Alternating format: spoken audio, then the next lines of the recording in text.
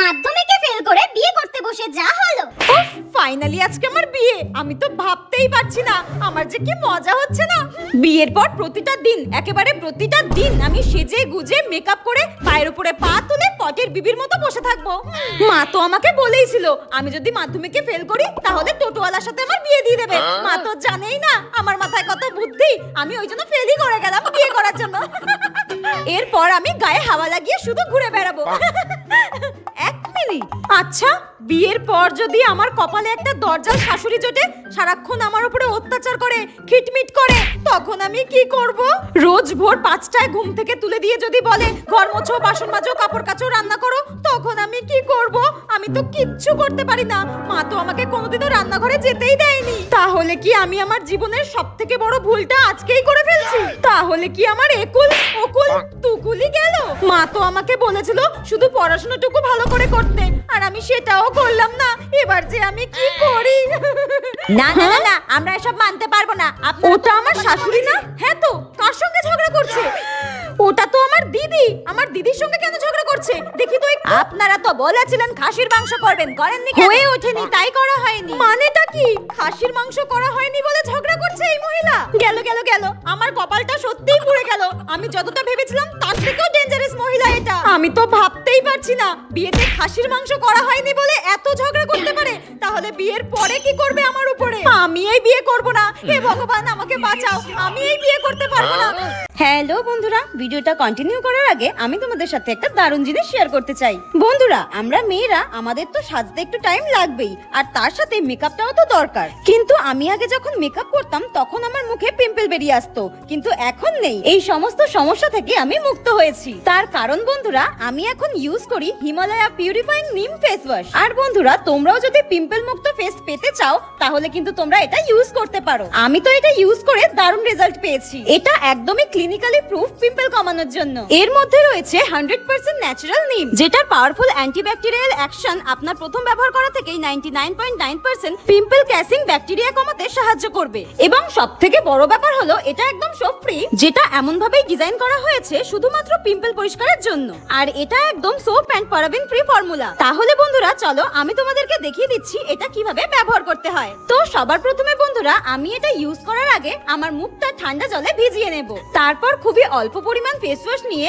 আমি আমার ফেসে অ্যাপ্লাই করছি সার্কেল মোশনে। বন্ধুরা, এই ফেস ওয়াশটা কিন্তু আমাকে খুবই হেল্প করেছে ফেস থেকে পিম্পল দূর করতে। কিছুক্ষণ ফেসে ম্যাসাজ করার পর আবারও আমি ঠান্ডা জলে ফেসটাকে ধুয়ে নেব। তো বন্ধুরা, তোমরা দেখতেই পেলে আমি ইনস্ট্যান্ট কতটা ভালো রেজাল্ট পেলাম, আর আগের থেকে আমার স্কিনটা কতটা গ্লো করছে। আমি রেকমেন্ড করব তোমরা যারা পিম্পল নিয়ে সমস্যায় ভুগছো তারা অবশ্যই এই ফেস ওয়াশটি ইউজ করো। এবং এই ফেস ওয়াশটি Amazon, Nykaa, Flipkart and Himalayas official website and অ্যাপের মধ্যে পেয়ে যাবে। আর তাছাড়াও লিংক আমার ডেসক্রিপশনে দেওয়া রয়েছে। আর এখান থেকে যদি তোমরা প্রোডাক্টটি পারচেজ করো তাহলে তোমরা 30% ডিসকাউন্ট পাবে। তাহলে দেরি না করে ঝটপট তোমরা অর্ডার করে নাও। হ্যাঁ, এক মিনিট, শাশুড়ি এরকম দরজাল তো কি হয়েছে? আমার বরটা যদি ভালো হয় তাহলে তো আমার আর কোনো চাপই নেই। আমাকে এইরকম একটা মহিলার থেকে ঠিকই বাঁচাবে। হ্যাঁ হ্যাঁ, কিন্তু আমার বরটা যদি আবার মা নেওয়াটা হয়, সারাক্ষণ শুধু ম্যা ম্যা ম্যা ম্যা করে, মায়ের আঁচলের তলায় যদি ঢুকে থাকে তাহলে তো আমার হয়ে গেল পুরো সত্যানাশ। আমার কপালটা মনে হয় সত্যিই পুড়লো। বিয়ের দিনই আমার শাশুড়ির যা রূপ দেখছি, বিয়ের পর মনে হয় আমাকে আর খুঁজে পাওয়া যাবে না। মাকে কতবার বলেছিলাম যে ছেলেটার সঙ্গে বিয়ে ঠিক করেছো অন্তত একটা মাস প্রেম করতে দাও, কিছুতেই শুনলো না। একেবারে সোজা বিয়ের পিড়িতে নিয়ে চলে আসলো। আচ্ছা, মা তো বলেছিল মাধ্যমিকে ফেল করলে টোটোওয়ালার সাথে বিয়ে দিয়ে দেবে। মা সত্যি সত্যি কোনো টোটোওয়ালার সাথে বিয়ে ঠিক করলো না তো? আমি মনে হয় পৃথিবীর একমাত্র মেয়ে যে কোনো সরকারি ছেলের সঙ্গে বিয়ে করতে চাইনি। বিয়ের পর যদি আমাকে আমব্রেলা বানান, সাইকোলজি বানান জিজ্ঞাসা করতো তাহলে তো আমি মুখ থুবড়ে দাঁত ভেঙে পড়ে থাকতাম। কিন্তু আমি টোটোওয়ালার সাথেও তো বিয়ে করতে চাইনি। হে ভগবান, তুমি প্লিজ দেখো আমার বরটা যেন খারাপ না হয়। আমার শাশুড়িটা যে খারাপ সেটা তো আমি বিয়ের দিনই বুঝতে পেরেছি। ইচ্ছা করছে আমার এখন নিজের গলাটা টিপে নিজের ভুলগুলো শুধরে নিই। কেন যে আমি সেদিনকে বাবা মার কথা না শুনে বিয়ে করব সিদ্ধান্ত নিয়েছিলাম ভগবানই জানে। এখন যে আমি কি করব কিচ্ছু বুঝতে পারছি না। মা বাবা তো আমার কোনো কথাই সিরিয়াসলি নেয় না। আমি যে বিয়ে করতে চাই এই কথাটা সিরিয়াসলি নিল কেন ভগবান জানে। মার কাছে ছিলাম, চর খাই, থাপ্পড় খাই, তাও কোনোদিন রান্নাঘরে যেতে বলেনি। বিয়ের পর তো মনে হয় আমার 14 গোষ্ঠীর জন্য হাত পুড়িয়ে পুড়িয়ে রান্না করতে হবে।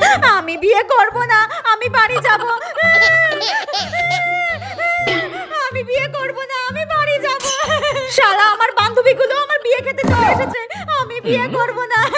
আচ্ছা আচ্ছা আমি এই মণ্ডপ থেকে পালিয়ে যাব না, তাহলে তো আমার বাবা মাকে কথা শোনা থেকেও বাদ রাখবে না, সবাই তোকে নাক কেটে দিয়ে চলে গেছে তোর মেয়ে। না না, এসব করলে হবে না, আমার কাছে এখন একটাই উপায় আছে, বাবা মার পায়ে গিয়ে শটাঙে পড়ে গিয়ে ক্ষমা চাইতে হবে যে আমি আর কোনোদিনও এসব বলবো না, কোনোদিনও আমি বিয়ে করার কথা বলবো না, আমি মন দিয়ে পড়াশোনা করব, পড়াশোনা করে আমি ডাক্তার, উকিল, পুলিশ, আমি সবকিছু হব, কিন্তু আমি বিয়ে করব না। হ্যাঁ, বাবা মার পা ধরে এখন শুয়ে পড়ি যাই, আমার কাছে এখন লাস্ট অপশন এটাই আছে, আমি বিয়ে করব না। ও বাবা, আমি বিয়ে করব না।